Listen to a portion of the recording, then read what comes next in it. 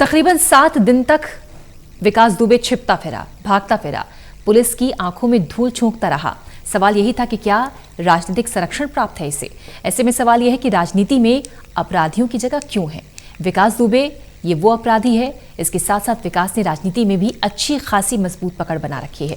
विकास की पत्नी जिला पंचायत का चुनाव भी जीत चुकी है, तो विकास खुद जेल में रहकर नगर पंचायत का चुनाव जीत चुका था।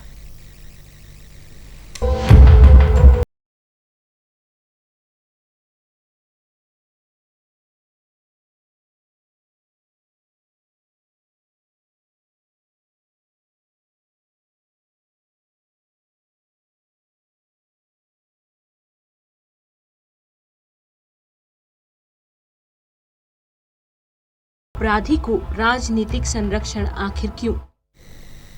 और फिलहाल सीधा रुख करते हैं प्रेस कॉन्फ्रेंस का। एसपी उज्जैन प्रेस कॉन्फ्रेंस कर रहे हैं।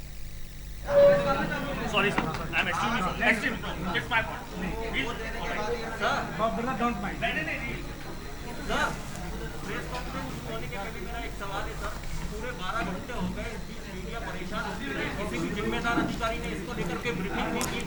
लॉकडाउन के दौरान पूरा मीडिया आपके साथ रहा, बावजूद ऐसी क्या अभी मीडिया मेरे साथ है भाई, अभी भी मीडिया मेरे हम मीडिया के साथ है। माइंड मत करो इधर, माइंड मत। बहुत अच्छी कार्रवाई है, बड़ा देश की हित की बात हुई। पूरे लॉकडाउन बात करें भाई, बात करें।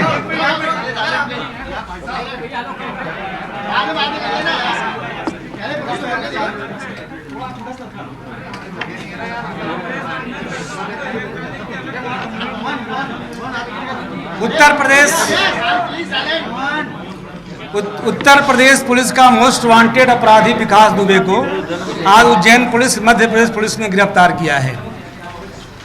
यह अपराधी विकास दुबे ग्राम बिकरू थाना चौबेपुर जिला कानपुर का रहने वाला है, जिसके खिलाफ अपराध क्रमांक 192/2000 धारा 147, 148, 149, 302, 307, 394 भारतीय दंड विधान एवं धारा 7 आपराधिक कानून संशोधन अधिनियम कायम कर किया गया था, जो बहुत ही गंभीर और संवेदनशील अपराध था।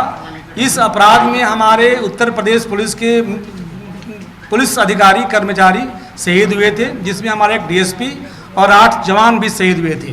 तो बहुत ही सेंसिटिव और गंभीर मामला होने के कारण पूरे देश में इसका अलर्ट भी था।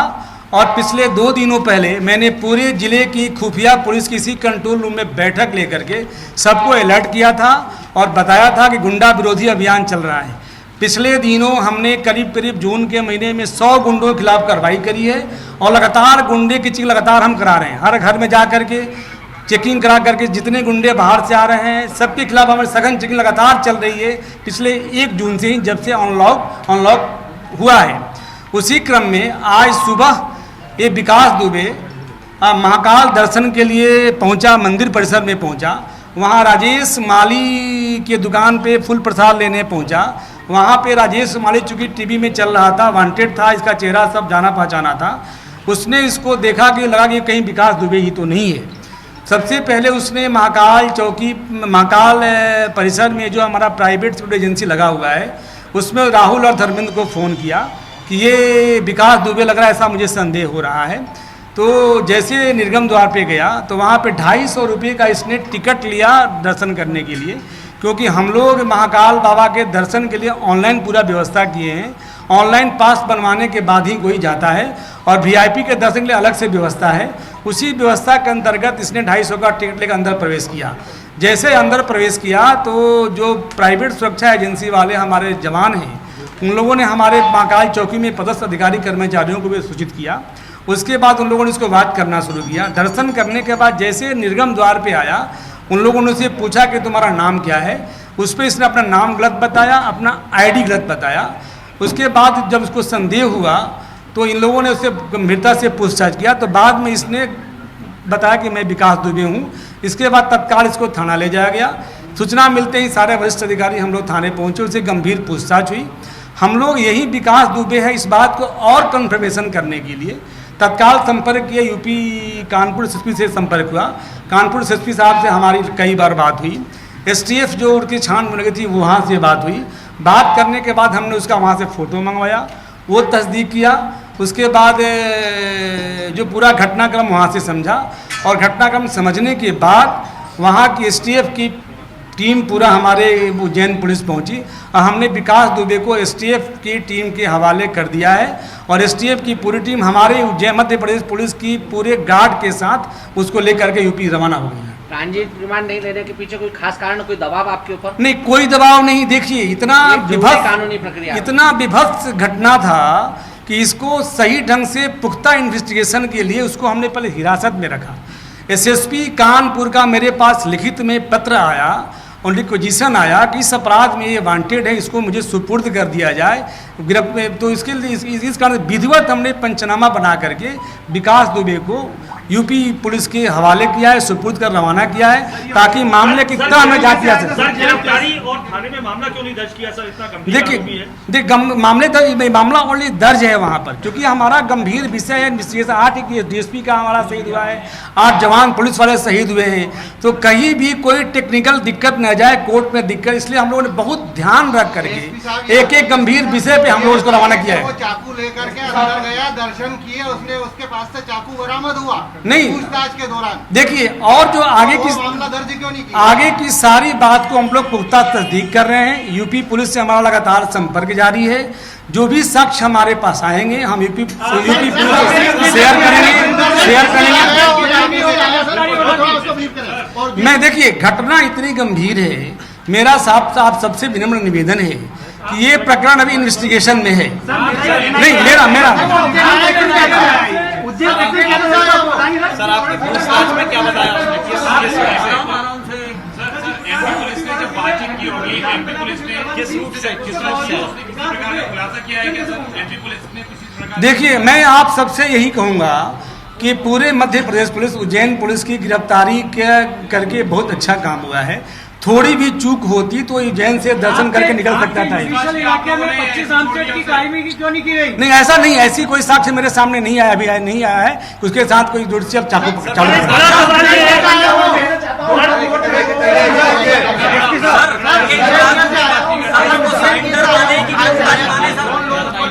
मैं आपसे बार बार कह रहा हूँ कि उज्जैन पुलिस का बहुत स्पष्ट और पारदर्शी कार्रवाई है।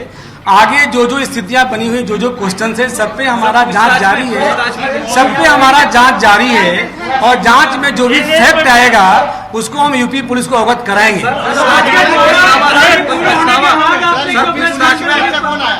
एक बड़ा सवाल है, बड़ा सवाल ये है कि आया कब वो? क्या कल रात को वो यहाँ पर रुका? अगर रुका तो उसको किसने रुकवाया? चूंकि ये अंडर इन्वेस्टिगेशन है और हमको सारा तथ्य, सारे साक्ष्य यूपी पुलिस से शेयर करने हैं, उनको हमें बताना है और कोर्ट में पुख्ता चालान पेश करना है, पुख्ता कार्रवाई करना है।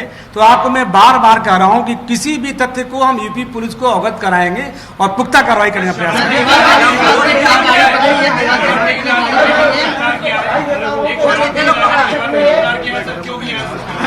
चलिए सबको बहुत बहुत धन्यवाद और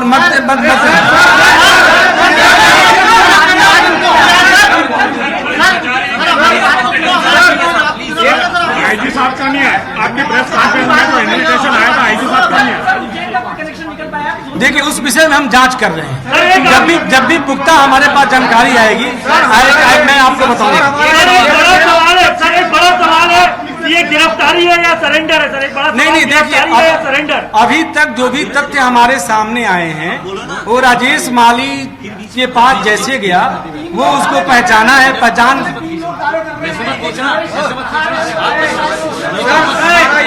हमारा ये निवेदन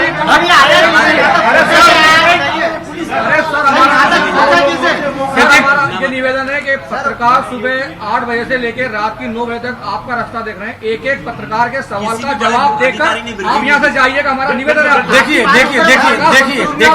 देखिए चूंकि मामला अंडर इन्वेस्टिगेशन है और मैं आप देखिए बहुत विभत्स घटना इसने किया है,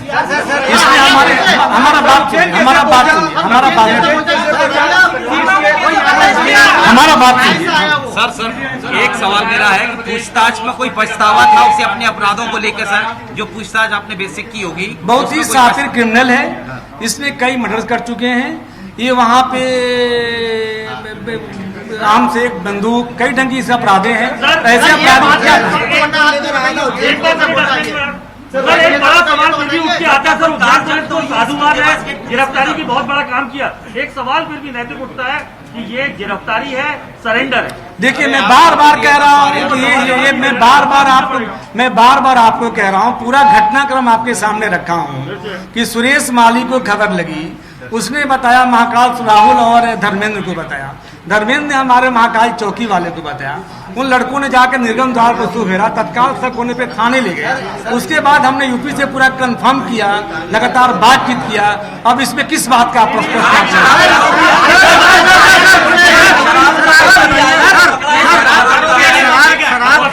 मैं आप सबसे निवेदन करता हूँ, मैं आप सबसे रिक्वेस्ट करता हूँ कि ये चूंकि मामला अंडर इन्वेस्टिगेशन है, 2 स्टेट के बीच की बात है, 2 स्टेट